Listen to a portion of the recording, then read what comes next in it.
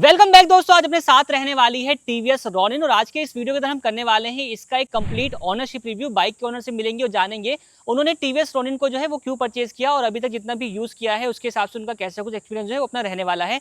कमियों की बात करेंगे, अच्छाइयों की बात करेंगे, सर्विस वगैरह उन्होंने करा ली होगी तो उसकी बात भी करने वाले हैं और साथ ही साथ बाइक कितना माइलेज दे रही है और ओवरऑल कैसा एक्सपीरियंस रहने वाला है, सब चीजें जो है आज के इस वीडियो के अंदर हम जानने वाले हैं। तो सबसे पहले मिलवाते हैं इस बाइक के ओनर से। सर बहुत बहुत स्वागत है आपका। सबसे पहले अपना शुभ नाम बताइए। तनिष ठाकुर। तो भाई आपने ये बाइक कब परचेस करी?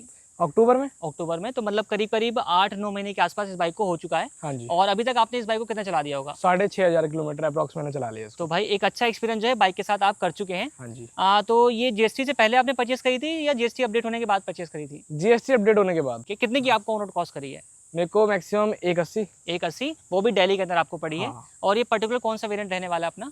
Mid variant. तो सबसे पहले बात करेंगे भाई परचेस करने का जो रीजन वगैरह। रीजन ये था कि मतलब मैं काफी टाइम से ना बहुत सारी गाड़ियों को देख रहा था। ठीक है, मतलब कुछ तो रीजन ये भी थे कि मतलब मैं लोगों से गाड़ियां मांगता था, बट ये था कि अपने पर्सनल यूज के लिए मेरे को चाहिए थी। ठीक है, तो मतलब मैंने घर में बात करी तो मतलब वो बोल रहे कि ऐसी कुछ ले ले। मैंने बोला गाड़ी बार बार नहीं ली जाती, एक ही बार ली जाती है। तो मैंने शोरूम पे गया, काफी ज्यादा मतलब दुर्गापुरी तक देख के आया, काफी ज्यादा। बट ना मतलब अपाची लेने का मन था। अपाची में एक टीवीएस का एक नया मॉडल आ रखा था जिसका नाम था रॉनिन। फिर हमने रॉनिन को देखा, अपाची और उसमें कंपैरिजन किया। ठीक है, वही मेरे को पेमेंट अपाची में पड़ रहा था, बस कुछ तो उससे ज्यादा रॉनिन पे पड़ रहा था। मतलब अपाची 160। हाँ, 160-180 के अप्रॉक्स मेरे को लेना था। तो मुझे वही पेमेंट पड़ रहा था इस पे भी और उस पे भी। बट मैंने देखा कि अपाची तो सब ले रहे हैं, मैं कुछ डिफरेंट कर लेता हूँ, तो मैंने रॉनिन को चूज किया। और मैं जब अपनी मम्मी को लेके गया था शोरूम में तो उन्हें भी रॉनिन पसंद आई थी। अच्छा ये बताइए कि जब आप रॉनिन लेने की सोच रहे थे तो मतलब क्या क्या रिक्वायरमेंट, जैसे आपने कहा कि डेली यूज के लिए लेनी थी आपको या कैसे लेना था? मेरे को डेली यूज के लिए मतलब से भी लेना था और कुछ ऐसा लेना था जो कि अभी तक किसी के पास ना हो, थोड़ा हट के हो अपने। हाँ, थोड़ा हट के हो। अच्छा, जो आपकी रिक्वायरमेंट आपने बताई कि हट के लुक वगैरह चाहिए था आपको, ये सब चीजें चाहिए थी। इससे पहले कोई बाइक वगैरह आप यूज करते थे? इससे पहले सबसे पहले जो हमारे पास गाड़ी थी ना वो पल्सर 135 LS थी। ठीक है, रेड कलर की। उसके बाद उस गाड़ी में भी मतलब बहुत ज्यादा पावर था, बहुत बढ़िया थी। उसके बाद हमारे पास होंडा SP आई 125, उसको यूज किया और डायरेक्ट फिर रॉनिन निकाली। ठीक है जी। रॉनिन आपने परचेस करी, इसमें कंपटीशन में अगर हम बात करें, क्योंकि अपाची का तो अलग कंपटीशन है बट रॉनिन का अलग कंपटीशन है। और रॉनिन में लाइक हंटर आ जाती है। हाँ। और अपनी जो है XSR भी आ गई है। हाँ। इस तरीके से बाकी गाड़ियां आ जाती हैं। तो उन बाइकों को भी देखा आपने या फिर सिर्फ इसी को आपने देखा? नहीं, मैंने देखा हंटर और इसमें अगर कंपैरिजन किया तो मुझे हंटर से ज्यादा इसमें कंफर्ट महसूस हुआ। बिल्कुल। और इसके अंदर है भी। तो कंफर्ट के लिए आपने जो है इसको चूज किया। हाँ। और भी कुछ पसंद आया इसके अंदर आपको? इसके अंदर काफी सारी चीजें हैं, जैसे कि हंटर के अंदर आगे का जब लुक देखोगे तो नॉर्मल लगेगा। इसके अंदर USD सस्पेंशन है जो कि गोल्ड, हाँ वो भी गोल्डन कलर की। और जो हंटर का टायर है स्टार्ट का, वो आगे से काफी ज्यादा मतलब वो लगता है, पतला लगता है। ठीक है, बट इसके जो आगे का टायर है वो काफी वाइड है, मतलब चौड़ा है। तो इस वजह से ना मुझे इसका लुक बहुत अच्छा लगा। ठीक है, बाकी भाई बात करें चलाने वगैरह की, 225 सीसी का इंजन आता है, आपको 20 PS ऑफ पावर और 20 Nm टॉर्क मिल जाता है। तो चलाने में इंजन कैसा है अपना? चलाने में तो मैं आपको एक से बताऊं कि अगर ये सेकंड से थर्ड गियर में भी है ना तब भी मैक्सिमम 80 की स्पीड पकड़ लेती है। इवन मैंने इसका गियर टेस्ट भी किया था, तो सेकंड में मैंने टेस्ट किया था 66 जाकर के लॉक होता है। पहले गियर में 42 जा रही है और सेकंड गियर की बात करूं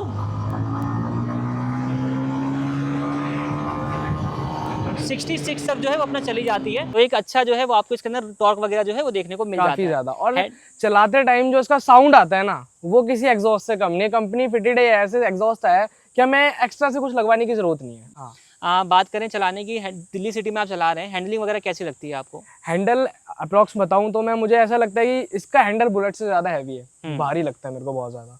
बट ये है कि जब मैं ऐसे चलाता हूँ ना तो मतलब अब आदत पड़ गई है। बट अगर इसके बाद किसी गाड़ी को चलाऊंगा तो मुझे वो फूल के माफी लगेगी, मतलब बहुत हल्की लगेगी। मतलब आदत में आपकी आ चुकी है इसलिए आपको। तो ये डिसएडवांटेज है, एडवांटेज है अपना कि हैंडल भारी है इसका? ये एडवांटेज है। बात करें अभी तक कहीं हीटिंग वगैरह आपने फील करी इंजन से? है, हीटिंग है। ठीक है, माइलेज वगैरह आप क्या निकाल रहे हैं इससे? पहले दे रही थी अप्रॉक्स, ये मतलब पहले बहुत कम थी, कम से कम 20-22 के आसपास दे रही थी जब इसकी सर्विस नहीं हुई थी। बट जैसे इसकी सर्विस हुई, यानी सेकंड इसकी सर्विस हुई थी, उसके बाद इसका माइलेज बढ़ गया था। मतलब अप्रॉक्स अब आ रहा है इसका 30 के करीब। तो लग रहा है कि जो आपको माइलेज मिल रही है बाइक से वो सही मिल रही है आपको? देखो सच बताऊं तो माइलेज से इतना मैटर नहीं करता, बट हाँ जो ये फील देती है, जो ये वाइब देती है, वो किसी और के मतलब बस का नहीं है, हंटर के बस का नहीं है इतना। ठीक है, अगर हम बात करें तो ये सिटी की माइलेज आपने बताई या हाईवे की आपने बताई?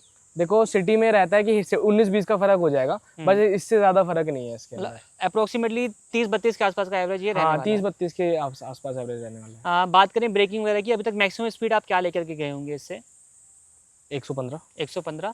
तो 115 पे स्टेबिलिटी वगैरह की बात करें तो कैसी थी? स्टेबिलिटी ऐसी थी कि मतलब 115 पे जाने के बाद भी ये वाइब्रेट नहीं हुई, वाइब्रेशन नहीं आई, मतलब फुल जो है आपकी गाड़ी कंट्रोल में रही। फुल ब्रेकिंग की बात करें तो हाई स्पीड में कभी ब्रेकिंग वगैरह आपने करी है इसके अंदर? बिल्कुल करी है। कैसा एक्सपीरियंस था अपना?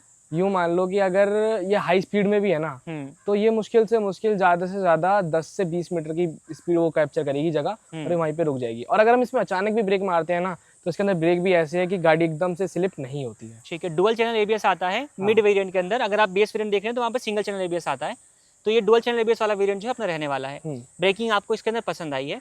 बाकी सस्पेंशन की बात करें तो फ्रंट में यूएसडी फोक्स है, रियर में मोनोशॉक एब्जॉर्बर आते हैं। तो सस्पेंशन कैसे हैं इसके? सस्पेंशन काफ़ी बढ़िया है, बट हाँ कभी कभी महसूस होता है कि हाँ भाई धचकी लग रही है, कभी कभी महसूस होता है। ठीक नहीं तो ये छोटे मोटे गद्दे तो पता ही नहीं चलता कब अब जैसे इसकी बात करें अगर हम सीट की, तो इसमें पिलियन को बिठाने का आपको मौका लगा है?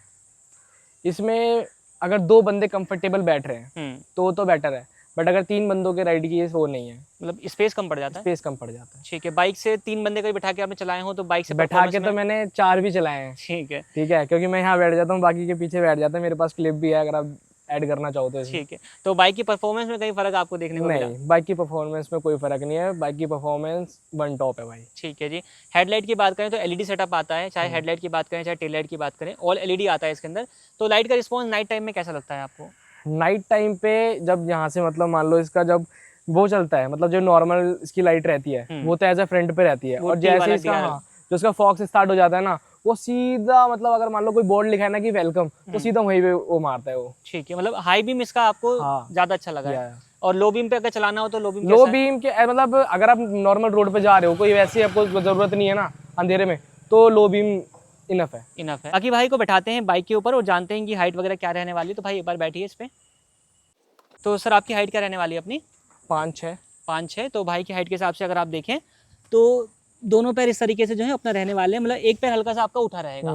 तो बाइक का वेट अराउंड 160 kg के आसपास का है। तो सिटी में चलाने में कभी लगता है कि बाइक हैवी हो जा रही है, भाई मुझे संभल नहीं रही, ऐसा वाला फील आता है? पूरे कंट्रोल में रहती है? पूरे कंट्रोल में रहती है। और हैंडलिंग वगैरह गलियों में घुमाने में वहाँ पे कैसा है अपना? सब बढ़िया है, बट ये है कि बस इसका जो है ना, जैसे एक स्प्लेंडर का होता है कि मतलब काफी पूरा टर्न हो जाता है, इसका पूरा टर्न नहीं होता, मतलब टर्निंग रेडियस थोड़ा ज्यादा है इसका। हाँ, थोड़ा सा हैंडल कम मुड़ता है अपना। बात करें सीट कंफर्ट की, आप जो जिस तरीके से बैठे हैं उसका सीट कंफर्ट कैसा रहने वाला है? देखो सीट कंफर्ट काफी ज्यादा बेटर है इसका। एक्चुअली में क्या है ना, काफी लोग ना यहाँ पर हैंडल शिफ्ट करा लेते हैं, तो सीट कंफर्ट पूरा खत्म हो जाता है। और जो ये कंपनी फिटेड ऐसे हैंडल आता है, ये पूरा सीट कंफर्ट देता है। यहाँ तक कि मैंने इसे दिन में 150 200 किलोमीटर भी चलाया है, तो मुझे इतना फर्क नहीं लगता कि हाँ भाई मेरे को थकान हो रही है। थकान नहीं होती, बहुत कम थकान होती है गाड़ी चलाने में। मतलब सीट कंफर्ट, जो राइडिंग पोस्चर है वो आपका बढ़िया में रहता है। हाँ, स्ट्रेट जो है वो आप बैठते हैं, और हैंडल बार भी हल्का सा ऊपर की तरफ रहता है। बिल्कुल। तो लोग कहते हैं कि भाई इसमें क्रूजर वाला फील आता है, तो वो फील आप करते हैं? बिल्कुल आता है क्रूजर वाला फील। क्रूजर वाला फील रहता है अपना, कंफर्टेबल जो है अपना रहती है। सर्विस वगैरह की बात कर लेते हैं, तो अभी तक कितनी सर्विस हो गई होंगी? सेकंड सर्विस हो गई है इसकी। हो गई है। तो फर्स्ट सर्विस की बात करें तो वो कैसा लगा आपको? जो फर्स्ट सर्विस हुआ था, तो फर्स्ट सर्विस में उन्होंने कुछ ज़्यादा चेंज नहीं किया था। ऑयलिंग वगैरह चेंज हुआ था, ब्रेकिंग वगैरह, ब्रेकिंग का इसमें कुछ है ही नहीं, क्योंकि इसमें कोई लूज या टाइट करने का नहीं है। इसमें हाइड्रोलिक पंप रहता है, वो ऑटोमेटिकली सब चीज़ देख लेता है, तो ब्रेकिंग का नहीं रहता, सिर्फ इंजन ऑयल उन्होंने चेंज करके हमें वापस दे दिया था गाड़ी। तो क्या कॉस्टिंग आई होगी आपकी? कॉस्टिंग अप्रोक्सीमेटली आई थी हमारा 1750 रुपये। 1750 रुपये। और सेकंड सर्विस की बात करें तो सेकंड सर्विस में मैंने क्या किया था, फुटरेस्ट डलवाया था, तो मेरे को अप्रोक्सीमेटली 2500 के आसपास का मेरा बिल बैठ गया था। ठीक है जी। तो सर्विस की कॉस्टिंग की बात करें तो वो आपको कैसे लगे, मतलब हायर साइड लग रहा है या फिर ठीक ठाक लग रहा है? एक्चुअल में क्या है ना, इसके अंदर थोड़ा सा तेल थोड़ा ज़्यादा डलता है। इंजन ऑयल जो है वो कम से कम 1200-1300 लीटर डलता है, तो इस वजह से वो टीवीएस वाले अपना अलग ऑयल डालते हैं, तो इस वजह से वो रेट ज़्यादा ले लेते हैं। ठीक है, मतलब थोड़ा सा आपको वॉल्यूम ज़्यादा डलता है तो आपका प्राइस भी बढ़ जाता है। हाँ, वॉल्यूम ज़्यादा डलता है तो प्राइस बढ़ जाता है। सर्विस को अगर कहा जाए ओवरऑल रेट करना हो 10 में से आपको नंबर देना हो, कितने नंबर आप देना चाहेंगे? सर्विस रेट तो मतलब बेटर ही है, मतलब 8 मतलब खुश है सर्विस से आप? हाँ। ठीक है, बात करें बाइक की, बाइक के अंदर आपको अगर कोई पूछे कि भाई इसमें बाइक में अच्छा क्या क्या है, तो आप हाईलाइट करना चाहते हो, क्या कुछ चीज़ आप बताना चाहेंगे? सबसे मेन चीज़ जो रहता है ना, इसका साइलेंसर जो इन्होंने दिया है वो काफ़ी ज़्यादा बेटर है। मतलब मैंने अभी तक किसी गाड़ी में ऐसा नहीं देखा कि कंपनी फिटेड से इतनी ज़्यादा वॉइस आ रही है। ये जो मैंने पहला साइलेंसर देखा, जो कंपनी फिटेड इतना बेस्ट वॉइस दे रहा है। मतलब कि आपको कोई भी रेट्रोफिट या फिर आपको कोई भी आफ्टर मार्केट मॉडिफिकेशन की जरूरत नहीं पड़ती नहीं है। ठीक है। और क्या पसंद आया इसके अंदर आपने? और इसकी मेनली चीज़ है इसकी हेडलाइट। जो हेडलाइट है ना पहले से ही मॉडिफाइड है, इसमें कुछ कराने की ज़रूरत ही नहीं है, ठीक है। लोग दूर से देख के पहचान लेते हैं कि हाँ भाई रॉनिन है, ये चीज़ रहती है इसमें। ठीक है। और कुछ पसंद आया आपने? और इसमें सबसे पहली चीज़ मेरे को इसके ब्रेक्स बहुत अच्छे लगे थे। जब मैं इसको गाड़ी को निकाल के ले गया था ना शोरूम से, उसके बाद मतलब हाईली ब्रेक की आदत तो नहीं थी क्योंकि ये थोड़ा वैसे है, तो जब मैंने इसको निकाला तो बहुत ज़्यादा स्मूथ थी इसकी ब्रेक। अगर हाईवे पे भी अगर हम लेके गए थे तो ब्रेक इतना ज़्यादा स्मूथ था ना कि हमें कोई वो नहीं थी, मतलब कोई कंप्लेंट रहती है ना कि भाई इसकी ये ऐसी है, मैं इसकी सब चीज़ से सेटिस्फाइड हूँ। ठीक है। हाँ, कमियों की बात कर लेते हैं। कुछ कमियां आप फील कर रहे हैं बाइक से अभी? बाइक में अभी तक कोई कमी नहीं आई है, बस एक चीज़ की कमी आई है इसकी सीट में। हर टाइम मतलब हर बार मैंने उनसे बोला कि भाई सीट में हल्की सी आवाज़ आती है, तो उन्होंने मेरे को बोला भाई ये सीट के अंदर ना लॉक है, तो उस लॉक में से हर रॉनिन में आवाज़ आती है, हल्की सी आवाज़ आती है, वो भी एक टाइम बैठने पे। वो भी जब पीछे कोई पिजन बैठा रहेगा ज़्यादा आवाज़ करेगा। हाँ, नहीं तो अगर कोई सिंगल पर्सन है और सिंगल पर्सन अगर कोई ट्रिप पे जा रहा है तो भाई साहब वो फील देती है ना ये कि उसका कोई वो रेटिंग ही नहीं है। अगर आप आपसे पूछा जाए एज अ बायर कि टीवीएस रॉनिन अगर कोई अपडेट करे इसके अंदर, टीवीएस वाले कोई अपडेट करे इसके अंदर, तो क्या कुछ अपडेट कर सकते हैं?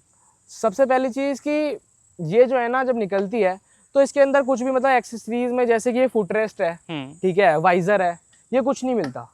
ये वाइजर अलग से लगवाना पड़ता है। देखो मेरी तो चॉइस थी, तो मेरे को पसंद नहीं है वाइजर लगवाना, मेरे को ऐसे ही अच्छा लग रहा था, इस वजह से मैंने लगवाया नहीं। फुट रेस्ट ज़रूर होना चाहिए, जो कि कंपनी से लगा हुआ आना चाहिए। मतलब बेसिक चीज़ें जो है इसमें नहीं आती हैं वो ऐड करनी चाहिए। हाँ, ठीक है। और कुछ इंप्रूवमेंट की ज़रूरत? और कुछ तो देखो मेरे को ज़्यादा लगता नहीं है, बट हाँ इन्होंने बेस मिड और टॉप वेरिएंट के अंदर दो चीज़ करी है।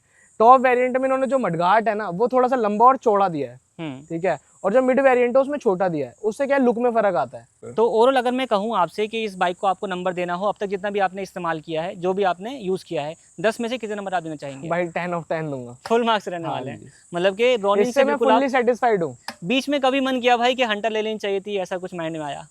नहीं, कभी नहीं आया। कभी नहीं आया। उसकी साइड से ना मेरे को दो चीज़ थी जो उसकी डिसएडवांटेज थी। पहली चीज़ वो 350 सीसी का वो इंजन है, मुझे पता है वो ज़्यादा से ज़्यादा 18 से 20 का माइलेज देगा। दूसरी चीज़ सिटी के मतलब का नहीं है, ठीक है। और थर्ड चीज़ ऐसा मेरा कोई काम नहीं था कि मेरे को उसको हर बार ट्रिप पे लेके जाना पड़े या फिर बाहर लेके जाना पड़े। और थर्ड चीज़ उसके अंदर मतलब वो कंफर्ट नहीं है, वो बॉडी कंफर्ट नहीं है जो मुझे वहाँ से मिलना चाहिए था। तो अगर आप एक और सिटी उसकी जो साउंड थी वो भी काफ़ी ज़्यादा हार्ड टाइप थी। इसका साउंड आप सुनेंगे तो आपको काफ़ी पसंद आएगा। हाँ। और अगर आप देखें भाई ओवरऑल भाई संतुष्ट हैं, ओनर संतुष्ट है, इसका मतलब बाइक भी बढ़िया रहने वाली है। तो रिकमेंडेशन रहने वाला है कि कोई भाई परचेस करने की सोच रहा है तो उनको रिकमेंडेशन है कि आप ले सकते हैं। हाँ, इंस्टा पे क्या है कि हम रील वगैरह डालते रहते हैं तो काफ़ी सारी क्वेरी वगैरह आती हैं। हाँ। तो सब पर्सन यही पूछते हैं कि भाई मैं बाय कर रहा हूँ, मुझे ये लेनी चाहिए या हंटर लेनी चाहिए। तो भाई जहाँ तक अगर मेरी मान रहे हो तो रॉनिन परचेज करो। ठीक है। बस ये बेस वेरिएंट में अगर ब्लैक कलर ले रहे हो, मतलब इंजन में कोई फर्क नहीं है, साउंड में कोई फर्क नहीं है, बट हाँ टॉप वेरिएंट में कुछ स्मॉल से वो हैं, अपडेट्स हैं। ठीक है। अब उनमें क्या रहेगा ना, साइलेंसर में सबसे बड़ा अपडेट रहेगा, इसका साउंड अलग है और उस वाले का साउंड अलग है। तो मतलब वही ये प्राइस के हिसाब से कि कौन सा प्राइस के हिसाब से आपके पास चूज करता है तो आप उसको ले सकते हैं। अप्रोक्सीमेटली मिड से टॉप में 20,000 रुपये बढ़ जाते हैं। मतलब कि बाइक से आप ओवरऑल संतुष्ट हैं? बिल्कुल फुल्ली सेटिस्फाइड। तो जैसे कि अभी आपने कहा कि आपका एक इंस्टाग्राम अकाउंट भी है, किस नाम से रहने वाला है अपना? Ronin with Tanesh. तो वहाँ पे अपना रॉनिन के रिगार्डिंग वीडियोस आती रहती हैं। हाँ जी। तो भाई का जो इंस्टाग्राम अकाउंट है उसका लिंक जो है वो आपको डिस्क्रिप्शन में मिल जाएगा, आप वहाँ पे जाके इनको फॉलो जरूर से करें, क्योंकि भाई को हमने वहीं से कांटेक्ट किया था। अगर आपकी भी कोई क्वारी है तो आप वहाँ जाके इनसे पूछ सकते हैं। बिल्कुल। बाकी इसी के साथ इस वीडियो को हम लोग यहीं पर एंड करते हैं। वीडियो देखने के लिए आप लोगों का धन्यवाद।